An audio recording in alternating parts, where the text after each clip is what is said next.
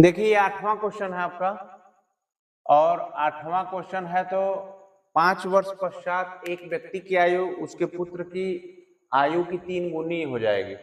उसके पुत्र की आयु की कितनी हो जाएगी? 3 गुनी। ये प्रथम शर्त बता रहा है। उसके बाद क्या कर रहा है? द्वितीय शर्त में 5 वर्ष पूर्व उस व्यक्ति की आयु उसके पुत्र की आयु की 7 गुनी थी, ठीक है, और व्यक्ति और उसके पुत्र की वर्तमान आयु ज्ञात कीजिए। इसमें है कि अगर हम व्यक्ति की आयु मान लेते हैं, व्यक्ति की आयु यक्स मान लेते हैं, और क्या है बेटा? पुत्र की आयु, और उसके पुत्र की जो आयु है, पुत्र की आयु वाई। बात समझ गए कि नहीं समझ गए? अब कह रहा है कि 5 वर्ष पश्चात, पश्चात का मतलब होता है आगे, तो इसमें ऐड होगा 5। क्या होगा? ऐड होगा। ये x प्लस 5 हो जाएगा और ये क्या होगा बेटा? y plus 5। इतना तो पता हो गया। अब क्या कह रहा है आगे कि एक व्यक्ति की आयु उसके पुत्र की आयु की 3 गुनी है। मतलब ये जो पुत्र की आयु है y प्लस 5, ये क्या है? 3 गुनी है व्यक्ति की आयु से। तो व्यक्ति की आयु क्या दिया है? x प्लस 5, ठीक है। पुत्र की आयु y प्लस 5, इसका ये क्या है? 3 गुना है। बात समझ गए? क्लियर? कोई दिक्कत नहीं है। अब इसको हल कर सकते हैं। देखिए ये x प्लस 5 हो जाएगा और ये क्या हो जाएगा? 3y प्लस क्या हो जाएगा जी? 15। 3y plus 15। अब यहां से आप x की वैल्यू निकाल सकते हैं। निकाल सकते हैं कि नहीं निकाल सकते हैं? जैसे मैं अगर कहूं कि ये प्लस 5 है और ये माइनस 5 जाएगा तो 15 में से घटेगा 10 हो जाएगा। तो आप यहाँ पे क्या लिख सकते हो? x बराबर 3y और प्लस 10 लिख सकते हैं कि नहीं लिख सकते हैं? अब भी हो जाएगा। चर राशि एक तरफ, अचर राशि एक तरफ। x प्लस है इधर तो क्या हो जाएगा? माइनस 3y इक्वल टू क्या हो जाएगा? 10। समीकरण नंबर क्या मान लेंगे? 1। ये तो आपकी प्रथम शर्त थी, ठीक। अब यहां से आपकी दूसरी शर्त शुरू होगी। दूसरी शर्त क्या है? दूसरी शर्त है कि 5 वर्ष पूर्व, पूर्व का मतलब पहले, उस व्यक्ति की आयु उसके पुत्र की आयु की कितनी है? 7 गुनी है। मतलब कि अगर हम कह सकते हैं कि यहाँ पे अगर व्यक्ति की आयु क्या है? यक्स है माने थे, और उसके पुत्र की आयु कितना माने थे? y। 5 वर्ष पूर्व का मतलब ये 5 हो गया, माइनस कर देंगे तो माइनस इसमें करेंगे बेटा। व्यक्ति जब माइनस होगा तो उसका पुत्र भी तो माइनस होगा, तो यहाँ कर देंगे। अब प्रश्न क्या कर रहा है कि उसके पुत्र की आयु की 7 गुनी है, तो उसके पुत्र में क्या करेंगे बेटा? 7 का क्या करेंगे? 7 का क्या करेंगे? मल्टीप्लाई करेंगे, क्योंकि 7 गुनी है तो 7 गुनी मल्टीप्लाई हो जाएगी। बात समझ में आई? प्रश्न समझ में आया? अब देखिए क्या करते हैं कि इसके इक्वल कर देते हैं। x minus 5 equal to 7, y minus 7 बचे 35, है कि नहीं है? अब यहां से हम मान सकते हैं कि देखिए ये माइनस 5 है और इधर माइनस 35 है, तो ये जुड़ेगा कि घटेगा? बताइए कितना आएगा? कितना आएगा? अरे गधा, माइनस 35 कितना हो जाएगा? माइनस 30 होगा। कितना होगा? माइनस 3। तो यक्स प्लस इधर है 7y, तो इधर माइनस 7y हो जाएगा। ये माइनस माइनस प्लस हो जाता है। कब समझ में आएगी चीजें? जो बड़ा चिन्ह रहता है वहीं लिखते हैं। तो 35 में से माइनस 5 अगर घटाओगे तो क्या हो जाएगा? 30 हो जाएगा, और माइनस 30 होगा तो माइनस 30। ये समीकरण नंबर क्या हो गया? समीकरण नंबर क्या हो गया? अब 1 में से समीकरण 2 को घटा दीजिए। समीकरण 1 में से समीकरण 2, क्योंकि यहाँ भी x माइनस 3y है, यहाँ भी x माइनस 7y है, तो हम घटा देंगे। मान तो रख नहीं सकते हैं डायरेक्ट कि x का अगर वैल्यू निकला होता तो उसमें रख देते, लेकिन अब क्या करेंगे कि x समीकरण 1 का मान जो है, समीकरण 1 का मान, सॉरी समीकरण 2 का ना जी, समीकरण 1 में से समीकरण 2 को घटाने पर समीकरण 1 में से समीकरण, ऐसे ही क्वेश्चन लिखिएगा जो ये है ना, ऐसे लिख के लगाइएगा। समीकरण 1 में से समीकरण 2 को घटाने पर, क्योंकि आप लोगों को 10th का एग्जाम देना है और 10th के एग्जाम में जितना लिख के लगाएंगे मैथ में नंबर नहीं कटता है। ठीक है, इसका मैं प्रोसेस बहुत सारा है, 10 सेकंड में हल हो जाएगा, लेकिन समस्या है आप लोगों की वही कि 10th का एग्जाम देना है तो वहां पे करना पड़ेगा स्टेप टू स्टेप। तो घटाइए इसको, x माइनस 3y माइनस क्या होगा x माइनस 7y और इक्वल टू क्या होगा जी, यहाँ 10 और यहाँ माइनस 30 है ना, तो 10 हो जाएगा, 10 माइनस माइनस 30, घटा रहे हैं ना। अब देखिए यहाँ पे क्या होगा, चलो ये माइनस माइनस प्लस हो जाएगा कि नहीं हो जाएगा, और जब प्लस होगा तो 30 10 कितना हो जाएगा, तो यहाँ पे करिए x माइनस 3y और यहाँ माइनस है तो यहाँ पे तो x हो जाएगा और ये माइनस माइनस क्या हो जाएगा, प्लस 7y इक्वल टू 40 और यहाँ पे देखिए x प्लस में है और ये भी माइनस में है, कट जाएगा और माइनस 3y और प्लस 7y कितना हो जाएगा, अभी बताए थे ना, कितना हो जाएगा 4y इक्वल टू 40, ये प्लस का चिन्ह बड़ा था इसलिए हम यहाँ प्लस लगाए हैं, ठीक है। y बराबर क्या हो जाएगा 10। अब y का मान किस में रख देंगे, चाहे तो समीकरण 1 में रख दो, चाहे तो समीकरण, तो किस में रखेंगे y का मान, चलो प्रहलाद कर रहा है समीकरण 1 में रखने पर, तो y का मान कहाँ रखेंगे, समीकरण नंबर 1 में रखने पर, जब हम 1 में रख रहे हैं y का मान समीकरण नंबर 1 में, तो समीकरण नंबर 1 ये है, तो x minus 3y equal to 10, y का मान 10 है, y का मान क्या है 10 है, तो x minus 3 into 10 equal to 10, 3 into 10 30 minus x equal to 10, x equal to 10, इधर क्या है माइनस 30 है तो इधर जाएगा तो क्या हो जाएगा प्लस 30, तो x इक्वल टू 30 10 कितना हो जाएगा 40, x मान कितना आ गया, तो यही पूछा था कि व्यक्ति और उसके पुत्र की वर्तमान आयु ज्ञात कीजिए, तो x किसको माने थे हम, व्यक्ति को, तो व्यक्ति जब x था तो ये 40 हो जाएगा, 5 वर्ष पश्चात की बात होगी तो 45 हो जाएगा, तो ये भी क्या हो जाएगा, y का मान 10 है तो ये 15 हो जाएगा, बात समझ रहे हो, तो नोट कर लीजिए।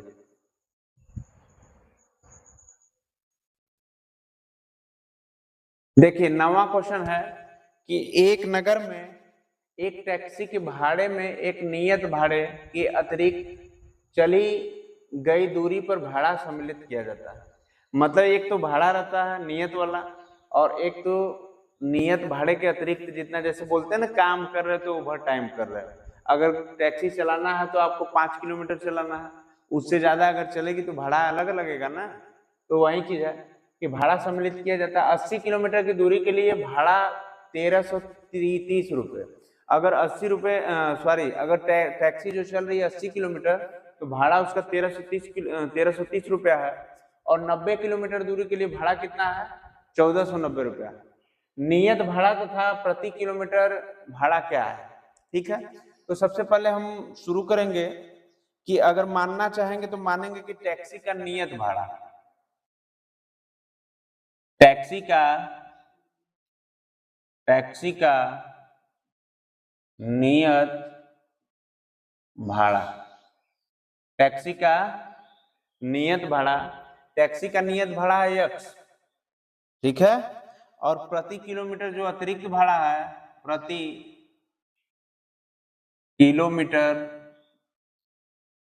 अतिरिक्त भाड़ा ये कितना है y, मान लिए, मानना ही है y। तो अब देखिए अगर हम बात करेंगे कि ये जो चल रहा है, अगर डिवाइड करेंगे कि एक नगर में एक टैक्सी के भाड़े में एक नियत भाड़े के अतिरिक्त चली गई दूरी पर भाड़ा सम्मिलित किया जाता है, अगर मान लीजिए कि 80 किलोमीटर पर कितना किया जाता है, 80 किलोमीटर पर कितना किया जाता है जी 1330 रुपया, तो इसको ऐड कर देंगे x प्लस 80y को, और 90 किलोमीटर पर 90y को कितना 1400, बात समझ में आ गई इतनी।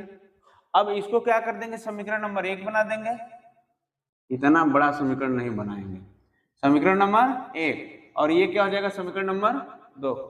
अब बताइए यक्स भी है, वाई भी है और अंक भी है, सीधी बात है कि घटा दीजिए।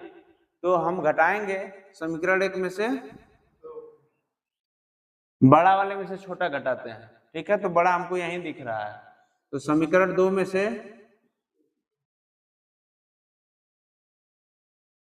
समीकरण 1 को घटाने पर देखिए बेटा यहां जब घटाएंगे ना तो ये क्या होगा, कट जाएगा, कट जाएगा तो कितना बचेगा, ये कट जाएगा ना, तो 90 में से 10 घटेगा, कितना बचेगा 10y इक्वल टू, इसमें से ये घटेगा तो 100। सही बता रहे हो, गलत होगी तो पिटाई प्रहलाद की होगी। 10y बराबर 160, y बराबर कितना आ गया, 0 से 0 कट गया, 16 आ गया। तो y का मान किस में रखेंगे बताइए, y का मान समीकरण नंबर 1 में रखने पर, चलिए y का मान समीकरण नंबर 1 में रख रहे हैं, तो y का मान ये है समीकरण number x plus 80y equal to 1330। तो यहाँ पे सीधी बात है कि आराम से कर लेंगे, देखिए x plus 80y equal to 1330। अब यहाँ पे क्या रखेंगे, y का मान 16 है, तो x प्लस 80 इंटू वाई का मान 16 कर दीजिए इक्वल टू 1330 के, तो ये इसमें 16 बटे कितना होता है,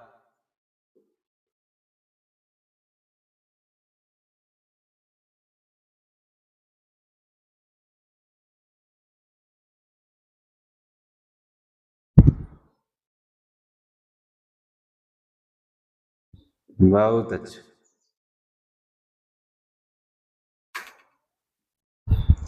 x इक्वल टू क्या हो जाएगा, 1330 में से 1280 को घटाएंगे तो क्या बचेगा जी,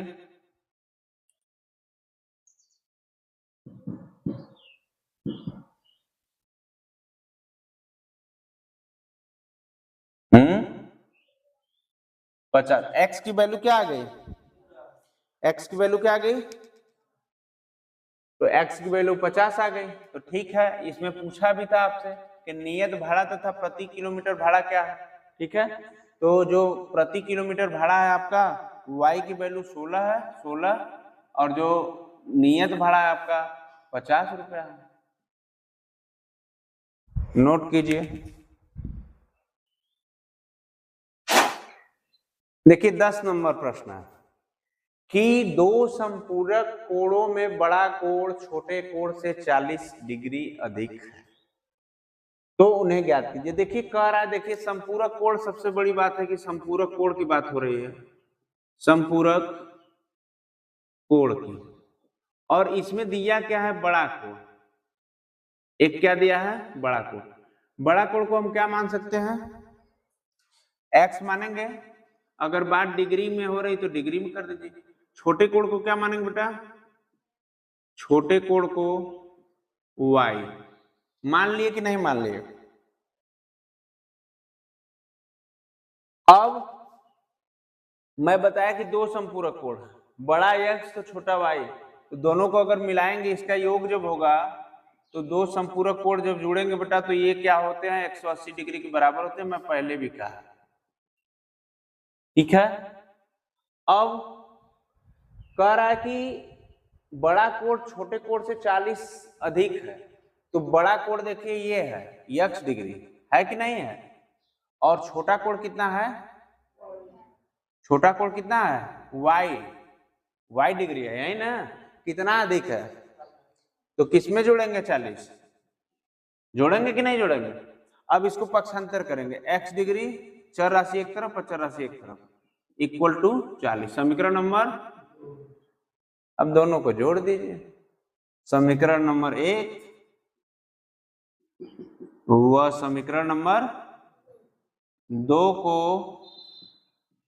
जोड़ने पर, चलिए 1 लिख देते हैं यहां पर और 2 लिख देते हैं यहां पर। डिग्री सब में है इसलिए डिग्री को हटा ही देते हैं, सब कट ही जाएगा। बाद में फिर लिख दिया जाएगा 40। ये क्या हो जाएगा माइनस, ये क्या हो जाएगा प्लस, ये क्या हो जाएगा माइनस, ये कट जाएगा कि नहीं कट जाएगा? तो क्या बचेगा बताइए?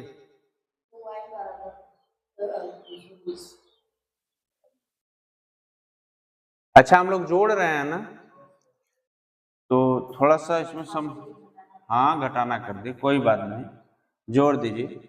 देखिए x प्लस वाई और इधर प्लस करेंगे x minus Y equal to क्या जोड़ेंगे जी 180 प्लस 40, यही ना?